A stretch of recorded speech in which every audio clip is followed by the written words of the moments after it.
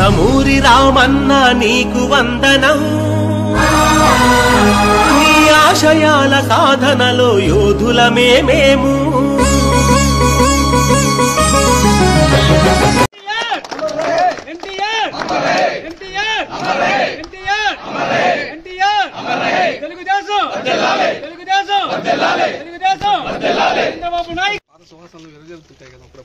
Telugu Desam party ఆవిర్భవించి 42 సంవత్సరాలు అయింది.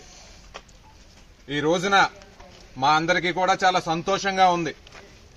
ఎందుకంటే ఆ మహనీయుడు స్థాపించిన పార్టీ ఎన్నో ఘన విజయాలు సాధించి ఎంతో మందికి ప్రేరణ ఇచ్చి ఎంతో మంది జీవితాలను బాగు చేసిన పార్టీ తెలుగుదేశం పార్టీ.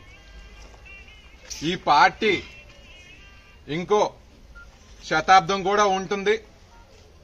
తెలుగు జాతి ఉన్నంత వరకు, తెలుగు భాష ఉన్నంత వరకు కూడా తెలుగుదేశం పార్టీ ఉంటుంది అని చెప్పి ఈ సందర్భంగా తెలియజేస్తా ఉన్నాను.